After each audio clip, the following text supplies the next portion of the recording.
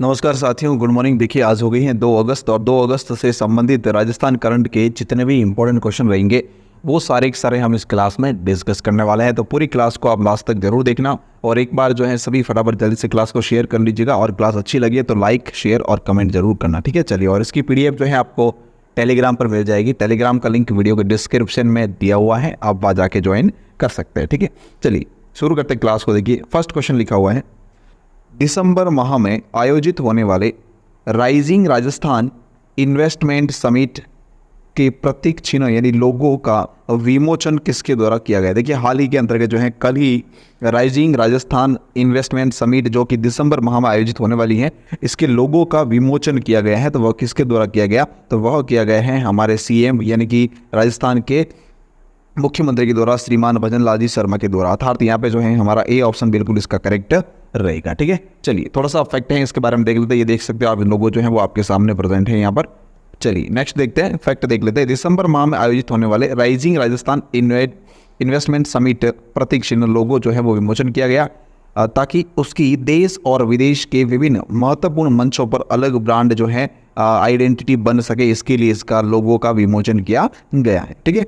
चलिए, राइजिंग राजस्थान के तहत देश विदेश में रोड शो आयोजित किए जाएंगे। याद रखना, इस राइजिंग राजस्थान के तहत जो है ये जब आयोजित किया जाएगा, इस दौरान इसमें रोड शो किए जाएंगे। मुख्यमंत्री श्री शर्मा ने राज्य सरकार के सिंगल पॉइंट निवेशक इंटरफेस को भी लॉन्च किया है। ये भी पॉइंट इंपॉर्टेंट याद रखना, सिंगल पॉइंट निवेशक इंटरफेस जो है इसको किसने लॉन्च किया, तो ये भी हमारे सीएम जी के द्वारा ही लॉन्च किया गया है, ठीक है। चलिए नेक्स्ट देखते हैं, हाल ही में देश में पहली बार किस शहर में बालकनी सोलर सिस्टम शुरुआत की गई। देखिए, हालांकि बालकनी के अंतर्गत हमेशा जो है कुछ पौधे लगे हुए ही मिलते हैं गमले के अंतर्गत, लेकिन अभी जो है बालकनी सोलर सिस्टम जो है डेवलप किया जा रहा है राजस्थान के अंतर्गत। और याद रखना, ये डेवलप करने वाला बालकनी सोलर सिस्टम डेवलप करने वाला जो है राजस्थान जो है वो देश का प्रथम राज्य बना है। कौन सा देश का प्रथम राज्य बना है, ठीक है।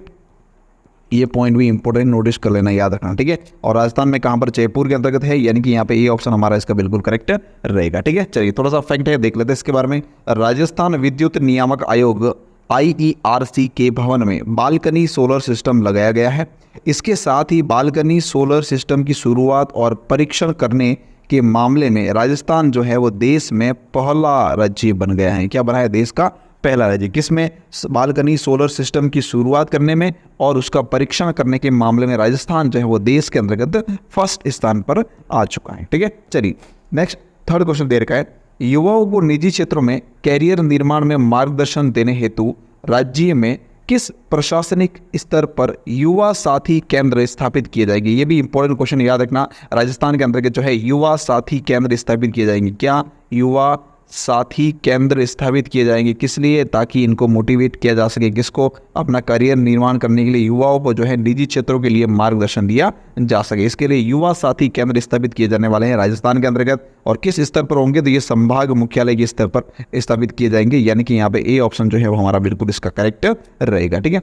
चलिए नेक्स्ट देखते हैं, टेलीग्राम अभी तक आपने ज्वाइन नहीं किया, ज्वाइन कर लेना। महंत क्लासेस नाम से टेलीग्राम चैनल का लिंक वीडियो के डिस्क्रिप्शन में दिया हुआ है, वहाँ पर ही आपको इसकी पीडीएफ वगैरह सारी अवेलेबल रहती है। इसके अलावा जो भी अपडेट वगैरह रहते हैं ना, वो सारे के सारे टेलीग्राम पर ही अवेलेबल करवाए जाते हैं। तो टेलीग्राम का लिंक वीडियो के डिस्क्रिप्शन है, उसे ज्वाइन कर लेना, ठीक है। चलिए आगे बढ़ते हैं, नेक्स्ट क्वेश्चन देखिएगा।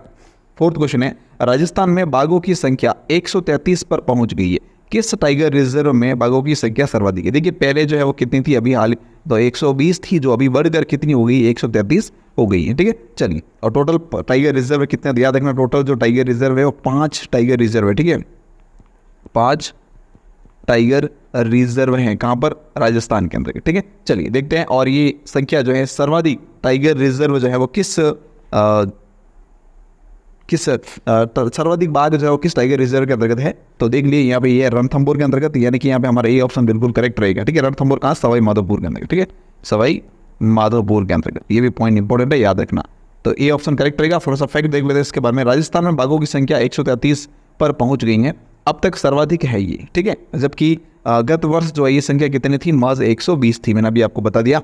फिर राजस्थान में वर्तमान में 5 टाइगर रिजर्व है, कितने, 5 टाइगर रिजर्व है, जिसमें रणथंभौर टाइगर रिजर्व जो है वहां पर बाघों की संख्या सर्वाधिक है, कितनी, 73, कितनी है, 73, याद है ना, कितनी बाघों की संख्या यहाँ पर 73 है, ठीक है। रणथंभौर के अंदर, ठीक है। फिर है रणथंभौर में 73 है, ठीक है। सरिस्का में 43 और धौलपुर करौली में मिलाकर जो है लगभग 10 बाघ, और रामगढ़ विषधारी के अंतर्गत जो है 6 और मुकुंदरा के अंतर्गत जो है 2 बाघ वो विचरण करते हैं। पिछले 6 महीने में सरिस्का में 13 बाघ शावकों का जन्म हुआ है। और अंतर्राष्ट्रीय बाघ दिवस कब मनाया जाता है? तो ये 29 जुलाई को मनाया जाता है। ये भी क्वेश्चन बहुत इंपॉर्टेंट है, याद रखना, ठीक है। चलिए नेक्स्ट है राजस्थान कैडर की पहली महिला आईपीएस जो 31 जुलाई 2024 को रिटायर हो गई, वह कौन है? वह है नीना सिंह, यानी कि यहाँ पे ए ऑप्शन इसका हमारा करेक्ट रहेगा, ठीक है। चलिए नेक्स्ट है राज्य में 3 दिवसीय सावन श्रृंगार उत्सव, याद रखना, सावन श्रृंगार उत्सव जो है वो 3 दिवसीय आयोजन कहाँ पर किया जा रहा है? तो ये किया जाएगा जवाहर कला केंद्र जयपुर के अंदर। कहाँ पर? जवाहर कला केंद्र जयपुर में, यानी कि यहाँ पे बी ऑप्शन हमारा इसका बिल्कुल करेक्ट रहेगा क्वेश्चन नंबर 6 का, ठीक है। चलिए नेक्स्ट है जोधपुर व जयपुर में मुख्य महानगर मजिस्ट्रेट का पद नाम बदलकर क्या किया गया है? तो वह किया गया है मुख्य न्यायिक मजिस्ट्रेट। क्या किया गया है? पहले था मुख्य महानगर मजिस्ट्रेट, जिसे चेंज करके मुख्य न्यायिक मजिस्ट्रेट किया गया है। तो यहाँ पे हमारा इसका बिल्कुल बी ऑप्शन जो है वो करेक्ट रहेगा, ठीक है। चलिए अगला क्वेश्चन दे रखा है राजस्थान में मुख्यमंत्री गैस सिलेंडर सब्सिडी योजना के तहत अब राशन का गेहूं पाने वाले परिवारों को कितने रुपए में गैस सिलेंडर मिलेगा? तो ये मिलेगा 450 रुपये में, यानी कि यहाँ पे बी ऑप्शन इसका बिल्कुल करेक्ट रहेगा, ठीक है। चलिए नेक्स्ट है इसके कुछ फैक्ट देख लेते हैं।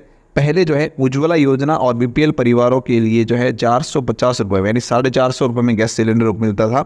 लेकिन अब जो है राशन का गेहूं लेने वाले खाद्य सुरक्षा योजना से जुड़े परिवारों तक इस योजना का लाभ पहुंच सकेगा, ठीक है। राजस्थान में अब राष्ट्रीय खाद्य सुरक्षा अधिनियम NFSA के अंतर्गत राशन पाने वाले करीब 1.09 करोड़ परिवारों को 450 रुपये में गैस सिलेंडर मिलेगा। योजना की शुरुआत कब हुई थी? तो 1 जनवरी 2024, ठीक है। चलिए नेक्स्ट है हाल ही में कोयम्बटूर में संपन्न हुए जूनियर राष्ट्रीय वुशु चैंपियनशिप में राजस्थान ने कुल कितने पदक जीते? इसमें राजस्थान ने जीते कुल कितने? 19 यानी कि 19 पदक जीते, अर्थात डी ऑप्शन यहाँ पे बिल्कुल इसका करेक्ट रहेगा। बात करते हैं इसमें जो है कुछ स्वर्ण पदक भी हैं और कुछ जो है वो रजत पदक भी हैं, कुछ कांस्य पदक भी हैं। तो देखते हैं कौन कौन से पदक है जो इसमें जीते हैं। टोटल मिला के 19 पदक हैं। देखते हैं सारे फैक्ट के रूप में। राजस्थान के खिलाड़ियों ने शानदार प्रदर्शन करते हुए कोयम्बटूर में 31 जुलाई 2024 को संपन्न हुई जूनियर राष्ट्रीय वुशु चैंपियनशिप में 8 स्वर्ण पदक जीते। कितने? 8 स्वर्ण पदक, 4 इसमें रजत पदक है और 7 जो है वो कांस्य पदक हैं। टोटल मिलाकर कितने हो गए? 19 पदक। तो देखिएगा स्वर्ण पदक कितने हैं? तो स्वर्ण पदक कितने? 8 स्वर्ण पदक हैं। और बात करें रजत पदक की, तो रजत पदक कितने हैं? 4 है। और पीछे बचे हुए कांस्य पदक जो है वो कितने हैं? तो टोटल 7 है कांस्य पदक, ठीक है। चलिए नेक्स्ट है राजस्थान वसु संघ के अध्यक्ष कौन है? तो हीरानंद कटारिया जो है इसके अध्यक्ष है। उन्होंने बताया कि राजस्थान टीम ने 6 स्वर्ण पदक, 9 पदकों के साथ संशोभ वर्ग में ओवरऑल टीम चैंपियनशिप की उप विजेता रही है। ये भी इंपॉर्टेंट है, उप विजेता ट्रॉफी इन्होंने जीती है, ठीक है। चलिए नेक्स्ट है 29 जुलाई 2024 को अंतर्राष्ट्रीय बाघ दिवस के उपलक्ष्य में छठे जयपुर टाइगर फेस्टिवल का आयोजन कहां पर किया गया? तो ये किया गया कहां पर? जवाहर कला केंद्र जयपुर के अंतर्गत, यानी कि यहाँ पे सी ऑप्शन जो है इसका हमारा बिल्कुल करेक्ट रहेगा, ठीक है। चलिए नेक्स्ट है हाल ही में राजस्थान में हर वर्ष कौन सा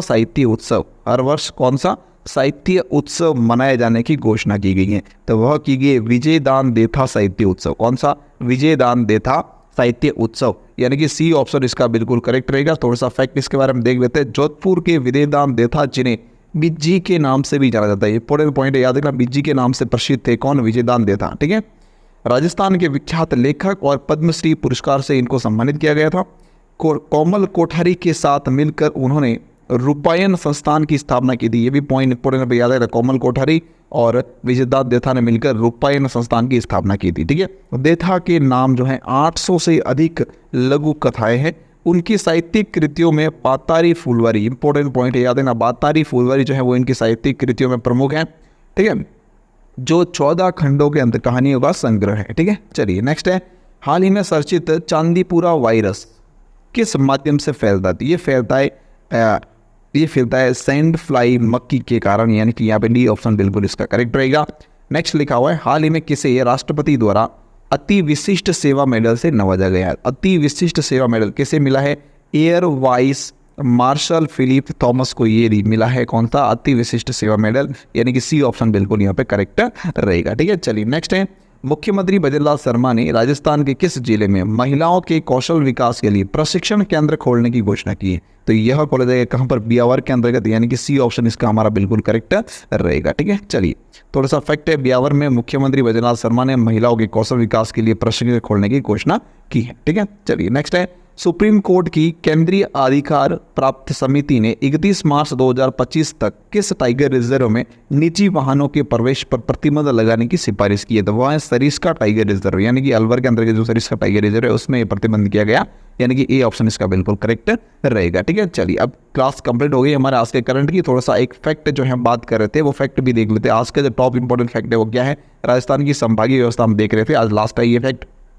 कोटा संभाग की बात करते हैं, इसमें सर्वाधिक नदियों वाला संभाग कहलाता है कोटा संभाग। ठीक है, हाड़ौती के उपनाम से प्रसिद्ध है ये, सर्वाधिक आर्द्र संभाग के नाम से भी प्रसिद्ध है, सर्वाधिक शहरीय जनजाति जो है वो कोटा के अंतर्गत है, फिर कोटा संभाग के अंतर्गत। ठीक है, फिर सर्वाधिक साक्षरता वाला संभाग भी इसे ही कहा जाता है। ठीक है, चलिए दूसरा संभाग देखते हैं, उदयपुर संभाग। उदयपुर संभाग के बारे में जानते हैं थोड़ा सा। सर्वाधिक अनुसूचित जनजाति की जनसंख्या वाला संभाग, बंगाल की खाड़ी व अरब सागर में जाने वाली नदियों के विभाजन का संभाग, ये पॉइंट इंपॉर्टेंट मतलब भी याद रखना। ठीक है, उदयपुर के बारे में कि बंगाल की खाड़ी में और अरब सागर में जाने वाली जो नदियां हैं उनका विभाजन वाला संभाग है ये। ठीक है, सबसे प्राचीन राजवंश वाला संभाग है।